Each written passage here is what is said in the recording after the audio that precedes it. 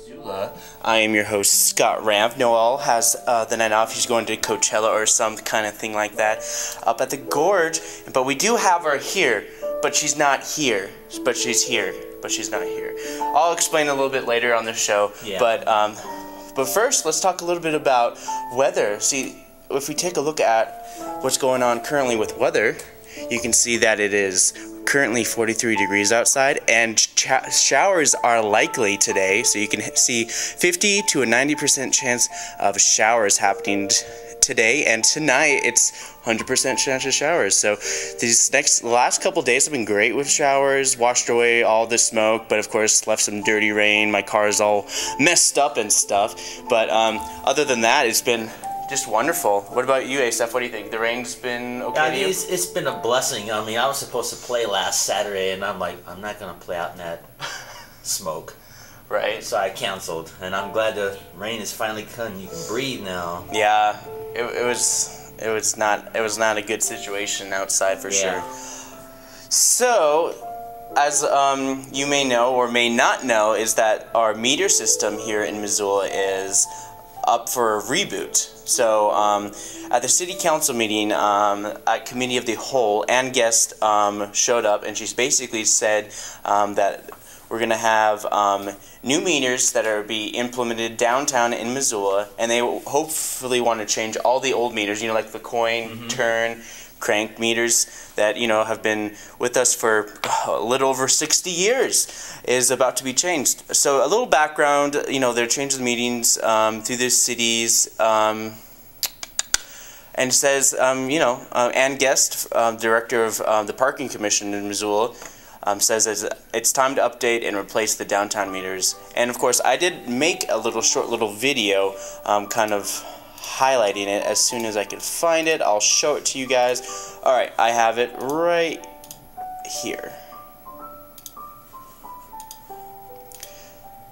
Alright, so here is a parking little video I did of an open house of some of the what the parking meters are going to look like these next couple months as they slowly but surely start replacing all the meters. So let's take a look. Well, I think it's a wonderful opportunity to have a hands-on experience, and that's exactly what we wanted. Each vendor did a wonderful job in presenting what their special features are for their equipment, and addressed a lot of our questions, and then we opened it up to the public, and I'm really happy with the amount of public that came interested in what our machines are. We absolutely need to move forward with technology just to get more information to be able to manage our on-street parking better, more efficiently.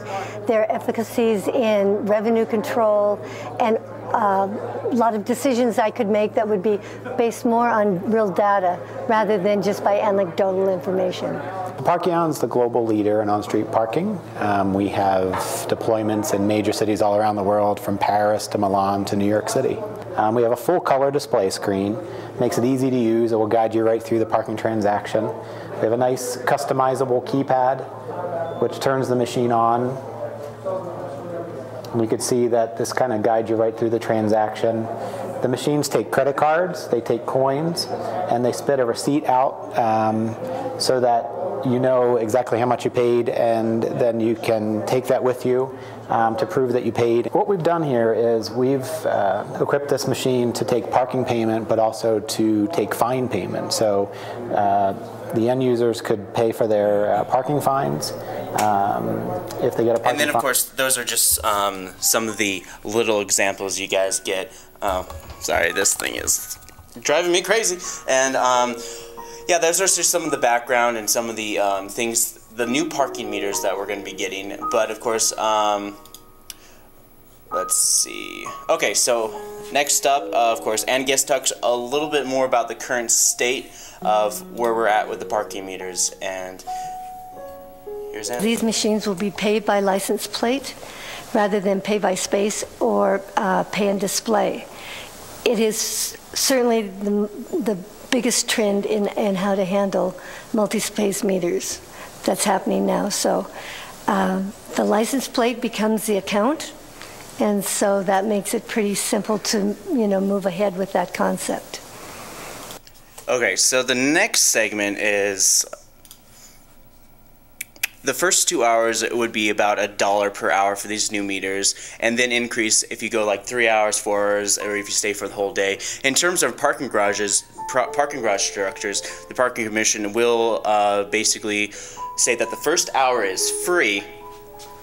They will send ambassadors to the surrounding businesses to show and teach them how to use the new parking system and meters.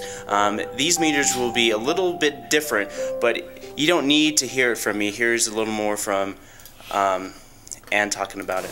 So that. Let's see, where am I at? 9.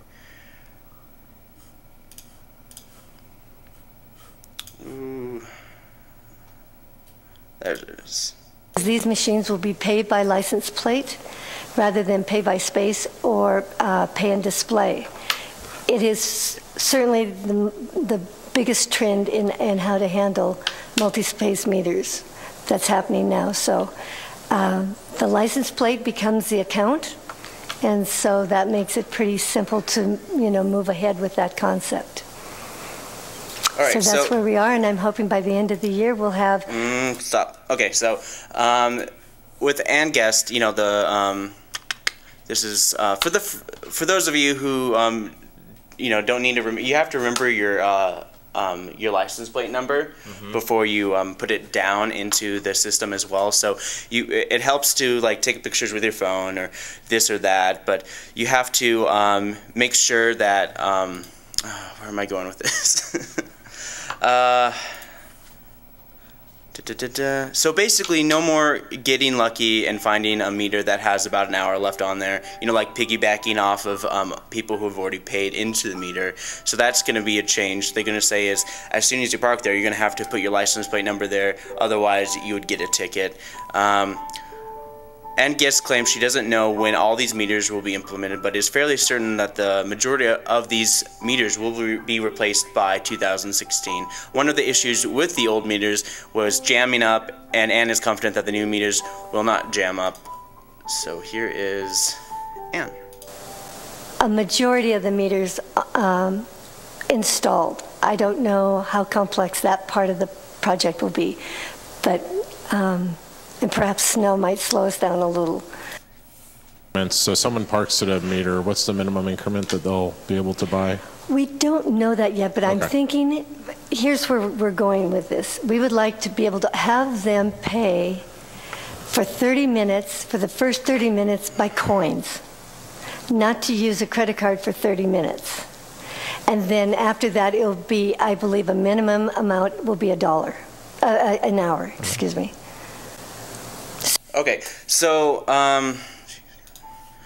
since they're the new meter, since the new meters are digital, you can now pay via text messaging, and Ann briefly talks a little bit more about these cool little new features. And then we can start adding, there's all kinds of separate apps that we can put on those machines and make them capable for accepting coupons from retailers, doing seasonal promotional things. Just there's a lot of capability. But we're going to start out simple, and you will be able to extend by phone. That will be part of the initial. But then after people get familiar with that, then we can go, and it'll be a separate contract with a company, and then so you can pay totally by phone. And so you, on a terrible winter day, you can sit in your car about 5 spaces away from the meter, and you can put in your license plate number. They'll have on record your credit card number. You don't have to get out of your car. You can just pay for your 2 hours or 3 hours and then simply go from your car to where you want to go for your coffee or whatever. You don't ever have to go to the machine. So there's just a lot of wonderful capabilities. Yes. So the next segment I'm going to be talking about is some of what they're going to do with the old meters. Like, the next quote I got from Ann Guest is for those of you who like the old meters. Like some of you who like the old meters, who like to keep the nostalgia. So I think it's really cool that the Parking Commission is not going to just like throw it away. They're actually going to take some of the old meters, try to sell them to put money back in the Parking Commission. But of course, she has a bunch of ideas that if any of you who are artists who want to get involved with this, are more than welcome to jump on board and see how you can help the Missoula Parking Commission. And this is what she had to say. Well, I think there are a lot of opportunities. First of all, people are very nostalgic about those old meters. What I'd like to do is perhaps develop some schemes where we can paint them and sell them as banks, supporting certain organizations. I'd like to see some artists put together maybe a meter sculpture with multiple meters, do a meter garden. A nonprofit could take a meter and paint it up and put it in the lobby of the Holiday Inn, and then you would, put in money to support that nonprofit. Use them as little lights on the street. I don't know, there's just a lot of ideas. We'll have to find the right person that can really think outside the box. But they certainly aren't going to be scrapped. We're going to keep them, and if nothing more, sell them as they are. I think people would really appreciate that and have the proceeds go to the Downtown Association Foundation. All right. So if you're interested in grabbing these meters while they're in transition, just say like, hey, I want to have one of these meters, because that's definitely what I'm going to do. You can email them. You can email @guest. It's aguest, AGUEST, at ci.mt. No, wait, it's ci.mt.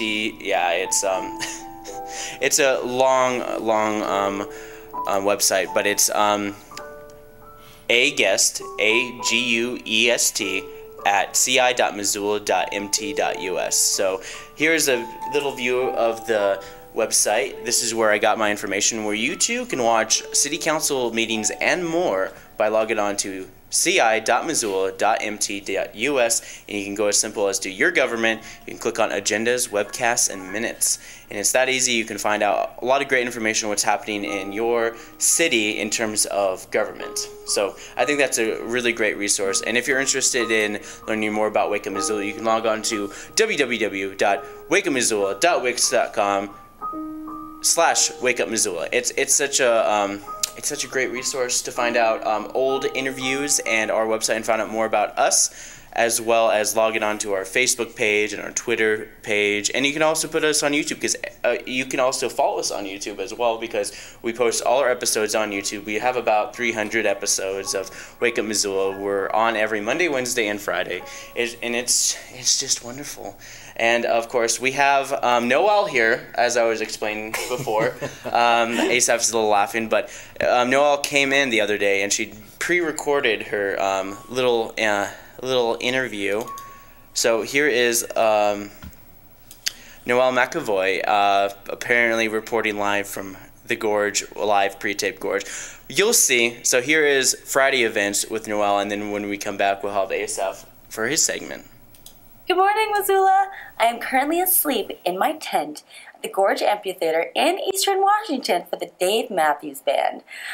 So I'm giving you guys my events via, beforehand. Yeah. So this is what's going on today, Friday.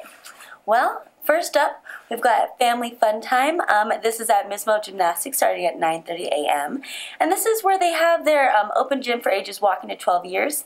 And they just have a good environment full of obstacle courses and trampolines and foam pits and everything that you could want. So that starts at 9:30. And then we've got Family Fun Time at the Y that starts at 9:30 as well. And it's $17 for a family without the membership, but it's free for families with the membership. And they just have a bunch of activities for everyone in the family. So they have things for little kids, they have things for older kids, and then they have lots of stuff for the adults to sit around and watch or participate in. So that starts at 9:30 as well. And then Tiny Tales is at the Missoula Public Library. That starts at 10:30 a.m. This is for babies ages birth through 3 years. This is where they sing nursery rhymes and learn finger plays and sing songs and hear stories. It starts at 10:30, and it's usually held in the large meeting room. Yeah. And then we have Family Story Time over at the Missoula Public Library at 10:30. This is a themed story time on the Dragon Rug, and it may include songs and an art activity. Then we've got Preschool Playgroup over at Bitterroot Gymnastics starting at 11. This is where parents and children choose the activities that they want to do the most, and then they all just move around the gym, kind of like a little obstacle course activity station, rotate, yeah. So that starts at 11 on Friday. And then we have over at the Spectrum Discovery area, we've got our DNA extraction and our glowing cells. That starts at 11 a.m. And it's $3.50 for anyone 4 and over, and if you're 3 and under, you get in for free.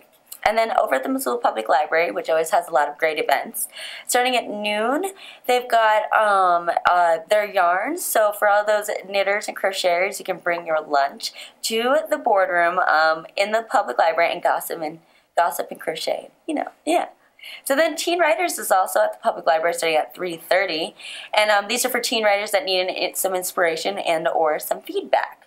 And so it goes from 3:30 to 5:30, and the adult librarian will know where to send you as places change. And then so it's also First Friday tonight. So we've got a few First Friday events. These aren't everything that is going on. Of course, MissoulaEvents.net is usually where I get my information from, and they only had a few of the galleries up. Yeah, so starting at 5 p.m. over at Betty's, they have got a showing called Sarah Just Hurt and Please Don't Tell My Dad art shows. Yeah, and so it looks like it's going to be, let's see.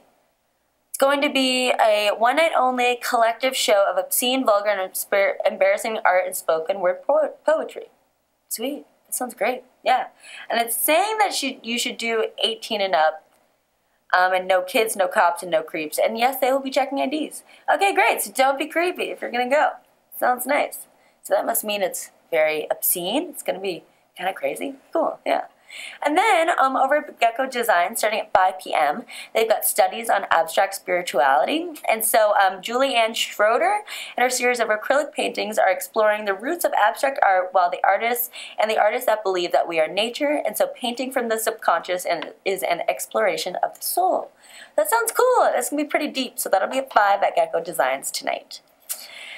And then over at Montana Art and Framing at Gallery 709, they've got Painting the Moment, Oils by Warner and Ouija. And this is going until September 26th, and it goes from 5 to 9. Yeah, so check that out. A bunch of oil paintings. It looks like they've got a picture, and it looks like it's a pretty, like a very beautiful nature scene. Yeah. And then over at Meadow Sweet Herbs, they have a meet your practitioner, Julie Linville. She's a homeopath practitioner, obviously. And so you can go in there. They've got snacks and light refreshments, and you can go in there and meet her and find out everything that she does and more that she's going to do for Meadow Sweet Herbs. Yeah. And then over at E3 Convergence Gallery, we've got Christian Ives. His story is natural deconstruction. Yeah. And so he has been focusing on creating an image and then allowing it to be deconstructed in a way that keeps both the original idea as well as the new. So that'll be cool. That'll be at E3 Convergence Gallery starting at 5 this evening. Frame of Mind has also got a First Friday showing. It's featuring Monty Dolak, and as we all know, he closed his gallery earlier this year. So of course he's kind of looking for places to hang more of his artwork. So he will be at Frame of Mind at 5:30 tonight. And then, let's see, we have got an opening reception over at the Clay Studio Missoula. Casey Zablocki, his show is called Accessories. So check that out. That'll be at 5:30. And then there's traditional Irish music at the Union Club at 6. And then we have a First Friday free fencing. That's a tongue twister. At the Missoula Fencing Association starting at 6:30. And so it'll just be a foray into fencing. It'll just be, so it's for ages 9 to adult, limited to the first 16 people to arrive. So if you're really interested, you better go. It's located on 1200 Shakespeare Street in Missoula. Yeah, so that starts at 6:30 tonight. And then Bear Bait Dance has got a show in the Open Space Part TV building in the University of Montana. It's called There's You and There's Me. It starts at 8 p.m. It's $12 in advance and $14 a day of the show. And then we also have got a bunch of music for tonight. So Wild Coyote is going to be at the Sunrise Saloon at 9. Elephant Revival will be at the Top Hat Lounge at 9. Fishbowl Friday, Straight Outta Summer, will be at Monk's at 9. 3-Year Dog will be at the Union Club at 9. In Walks Bud and Moth will be at Stage 112 at 10. Mass FM Boys and No Fancy will be at the Palace at 10. And then Shake will be at the Union Club at 10 o'clock. So that's what's going on for your Friday events. As always, you can check out MissoulaEvents.net, the Independent, the newspaper, or the University of Montana website. But now we're going to switch gears and go over to ASAP's segment. This is going to be kind of impossible to do everything about this person that we're going to talk about. So I'm going to do a combination of what's on these notes and just impromptu talking about him. We're talking about a man named Mendel Berlinger, known to the world as Milton Berle. Milton Berle was an American comedian and actor, and he was the host of NBC's Texaco Star Theater in 1948 to 1955. He's the first major American television star of all time, known to millions of viewers around the world as Uncle Milty and Mr. Television during television's golden age. Briefly, Milton Berle was born into a Jewish family, and he chose the name Milton Berle as his professional name when he was 16 years old. He began his career at the age of 5, winning an amateur talent contest, and he did some silent films. One of them was a film with Charlie Chaplin called Tilly's Punctured Romance. So that's kind of a cool break for a child. And then around 1920, when he was 12 years old, he made his stage debut. But his life really took a turn in radio because prior to television, they had what was called radio broadcasts, like the Green Hornet, the Shadow Nose, Fibber McGee and Molly. They did all these radio shows, which were scripted, but you couldn't see it because there was no screen like a television. So you just sit in front of your radio and hear these shows. And of course, when television broke in the scene, Milton Berle just happened to be at the right place at the right time. So he was able to revive his vaudevillian and radio show acts on television. And in his case, it worked. So ABC picked up his first show in 1948. Eventually, NBC got hold of it. And from that point, it dominated the Tuesday night slot for years. And in the Nielsen ratings, it reached 80% of the shares of the viewing audience, winning both Berle and his show Emmy Awards at that time, and that was just in the first season. And he was paid a staggering $1 million by NBC for an unprecedented 30 years. Can you imagine that? Yeah. $1 million, and that was in 1951. That's a lot of money, especially in that time. Yeah. Well, he was just at the right place at the right time, and of course, his career, he just kept doing appearances on television, and he even had his own show like Lucille Ball at one time called The Milton Berle Show. It was a comedy sitcom. Nice. He just did stand-up comedy throughout his life, and we lost him in 2002 at the age of 93. So this is just a brief flyover because it would be impossible to literally talk about everything this man ever did in show business because he's like show business himself. He's like Mr. Television. He's the one who really made television popular back in the 50s, 60s. And yeah, he just kind of... I just really like some of the old television stuff. It's like watching me on television. Like seeing people just talking from the camera and they're like, yeah, and the magic of television where you can hear and see me. Yeah, and now in color. Yeah, first was black and white. His early shows were all black and white. And you just had to use your imagination when they did the radio. So like American families would literally sit in front of a radio, because my mom used to do that as a little girl. They'd sit in front of the radio and listen to the Green Hornet, and you'd have to use your imagination. Yeah, I mean, like you see pictures of kids like sitting like they're watching the radio. Yeah, that's what my mom did before television came out. And so when Milton Berle burst on the scene, that's why his name was so elevated and to the world, because television was new, and that's who you saw was Milton Berle. I mean, he was big. He was bigger than Ed Sullivan, bigger than any of those people in that era. Yeah, I mean, it's definitely gotten a lot smaller, but of course, radio. They always said that television would destroy radio, but it's still here. It's still here.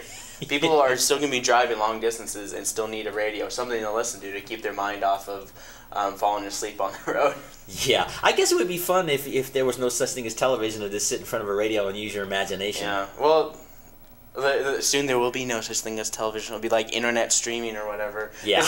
I know so many people who are just like, no, that's television. It's like, well, you watch internet videos all the time. It's like you spend hours watching internet videos. It's like the exact same. Can you imagine what it would be like if Milton Berle were here and had broke into the computer world like he did television?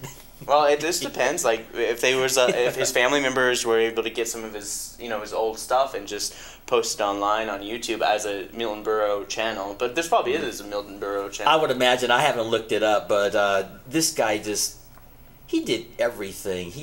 But he did a lot of hosting, and he hosted new shows that came out in those years too, and that kept his name out there too.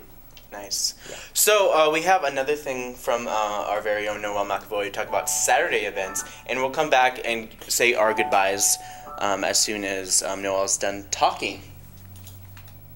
Hi guys, we're back. Now we're doing Saturday events. So this is what's going on tomorrow. So first up, we've got our farmers market. So the farmers market will be at the Red X's from 8 to 1. Clark Fork Market will be at Caris Park from 8 to 1 as well. And then we have our People's Market, which is on Pine Street in Higgins, and that'll be from 9 to 2. And then we also have another family fun time at Mismo Gymnastics starting at 9 a.m. So this is open gym for ages walking to 12 years. They have set up obstacle courses and trampolines, foam pits, and everything you can want in a gymnastics gym. And then there's also another family fun time at the Y, at the Missoula YMCA. And this is for the whole family, and they have got 2 bounce houses, an indoor tricycle riding track, tumbling mats, softy hockey, scooters, and so much more. And then over at Spectrum Discovery area, the Discovery Bench is slime, and the Brain Lab is, did you hear that? So $3.50 for anyone 4 and over. And then they've got family story time over at the Missoula Public Library starting at 11. And this is a themed story time that may include songs and an art activity. And then they've got some art on tap over at 10 Spoon Winery. So you can paint and gather socially and then drink wine while you're painting. So, I mean, you can't really go wrong. This is great. So that'll be at noon. And then on my event page where I usually go for my information, we jump from noon all the way up to 8 p.m. So at 8 p.m., there's at Downtown Dance Collective, there's a Latin dance nights, back to school, salsa social. So if you're into salsa, check that out.